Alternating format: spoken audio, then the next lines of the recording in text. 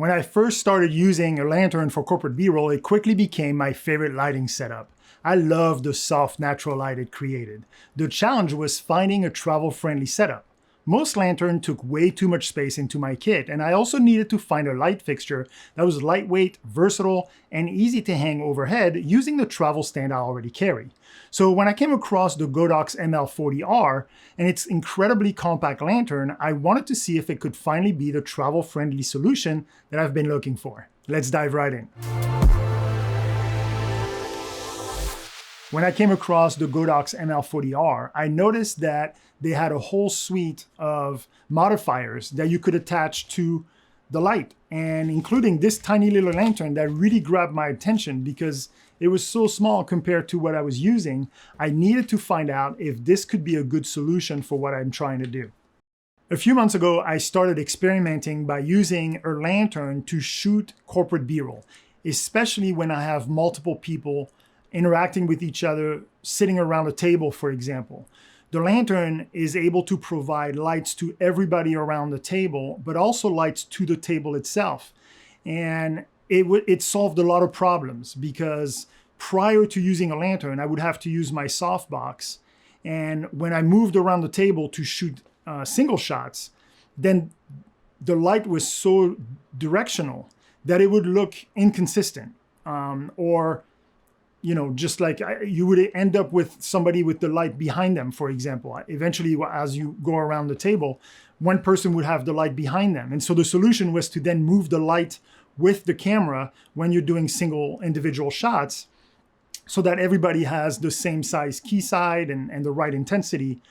But it just didn't look very natural. By experimenting with the lantern, by using a lantern, it provided consistent lighting to everybody around the table, yet didn't flood their face to the point where I had no contrast. It still maintained contrast. Like if they were turning this way and that was the middle of the table, they would be brighter here than on this side.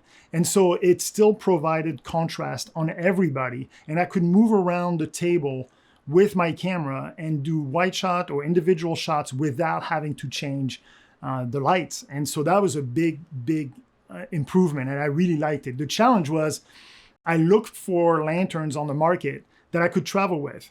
And even the smallest one that I could find was just incredibly big because they just don't fold like a softbox. You have this really long metal structure that you can't fold. So you end up with something taller than my tripod to travel with. And it just wasn't efficient. There is no way for me to actually travel with that. The other challenge that I had was to actually find the right light fixture that I could easily and safely hang over the table with the current setup that I had. So I only travel with pretty light stands and I only have one boom arm. I travel with no sandbags. So I needed to find a light fixture that could easily be used in that particular setup. When I first got this light, the first thing I noticed was obviously its size. It is so compact, so small. It's definitely the smallest light fixture that I own, but I was surprised with the weight. It felt heavier than it should. And it took me a minute to realize that it actually has two big, powerful magnets on the inside so that you can actually mount this on metal surfaces. And I thought that was super cool because I've mounted cameras on forklifts or other machine when I film. Corporate films are a lot more industrial, but to have a light like this that I can easily hang overhead or on the side of a forklift to provide the lighting that I need on the subject, I thought that was great. And I was surprised by it. I didn't do enough research to realize that it was that way, but that was pretty cool. The other thing that I saw, when you power it on, the first thing that you see is this little graphic that tells you that you need to turn the wheel for a little bit until you reach a certain point, and that unlocks the light and turn the lights on. And I thought that was very smart because this has an internal battery. It has no external battery. It has a USB-C port for you to charge it or power it while you shoot. But you don't want this light to accidentally turn on while you're traveling, and then you get to your destination and the battery is drained. So to have this little system, this lock way of keeping the light off, I thought was super smart. The light comes with this lens, which is the ML10 This is the 10-degree modifier. So it turns this into a very harsh, very sharp beam of light. It really changed that light to something that was very, very powerful. This light also has all the features that you should expect from a professional light. So it's got a great range of color temperature. This is the R model, so it's the full RGB. So you can do all the colors on the spectrum. It also has the effects, and you can control all of that through their app as well. This really just provides a small, really compact solution. So we can try it. I can turn my main key light off, and then we can power this one and see what it does. Let's see. Let's turn this on. There we go. And then, you know, again, you would hang it right off camera, pointing down or pointing towards your subject. This is, let me see. Oops. 9%. And bring it closer this way. So let's bring it up a little bit.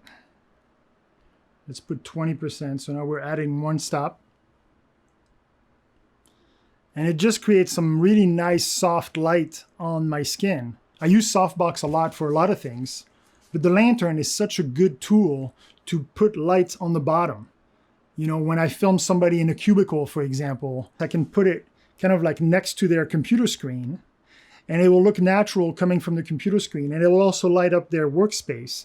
And, you know, it's just a matter of finding the right intensity to make it look natural. It's pretty light, so with the modifier, it comes in at 1.4 pounds. And without the modifier, it's at 1 pound exactly. So I was able to hang it using my boom arm, no problem. I put a little bag of batteries as my counterweight. It probably doesn't need it. That's more for safety. Now in this example, I'm not using any other lights than this Godox with the lantern. And I wanted something a little bit moody just to see how well this light would do. And so I pointed the camera straight towards the windows, put a lot of ND filters to lower all the intensity of the light. And you can see how well it's putting the light on the counter, on my face, and even on my son's face. Now, obviously, the camera is behind him, but you can see the edge light that it's doing on his face. And is just a great tool to have a simple, very easy setup, very light, very compact, and get some really good quality light, like just very soft. I love the color of it. You can adjust the magenta and the green. This one is set to 0 for that particular shot. I just really liked it. So without the modifier, this little light produces 97 foot candle, which is nice, and it's pretty soft. It looks really good even without a modifier. But when you put the lens on it, it turns that 97 foot candle into 1500 foot candle. So just very, very powerful. Especially for this size. And so that was a surprise that it was actually able to pump that kind of power. And for me, it just turned out to be a great little tool because, again, in certain situations, when you want to do something a little bit more dramatic, to have that ability to have something that narrow and that harsh is pretty interesting.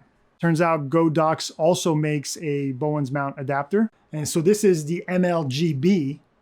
And that allows me then the opportunity to mount any of my other modifiers onto the Godox light. So I can take a regular modifier and mount it onto this adapter. And this adapter would actually mount directly onto the Godox light. And now I have my tiny little light with a different adapter, and I can use you know, my softbox, I can use the cones, I can use any Bowen mount modifiers onto this little light. And this was very affordable. Like I forgot what I paid for the Godox mount, but it was very cheap. And again, just gave me a little bit more versatility to be able to use this light in many other scenarios. If you're interested in recreating this setup, I'll leave links to everything I used, including the ML40R, the lantern, and the Bowens adapter in the description below. The other thing that I'm excited about with this light, which I didn't get a chance to really try yet, but I was able to mount this light onto my boom pole, where I now have a solution to walk around with talents and like when we're doing moving shots, when we're working with the gimbal, for example, walking down a hallway, I'm always tied to the natural light because I don't have solutions to, light up a big area. And so typically when I do any kind of walking shots, it's with only the natural or available light. And this gives me an option. This gives me a solution where I can quickly attach this light with the modifier, with the lantern, at the end of a boom pole, walk around next to the talent, out of frame, while somebody else is following them with the gimbal. And now we have a solution to light up the subjects. The Godox ML40R is far more capable and versatile than I expected. Paired with the compact lantern and the optional Bowens mount adapter, it becomes a lighting setup that I can actually see myself traveling with. It won't replace my larger interview lights, nor should it, but it has definitely earned a permanent spot in my traveling kit. Now, if you found this video useful, make sure you like and subscribe to the channel. And if you want to learn more about camera settings, check out my online course. Thanks for watching and happy filming.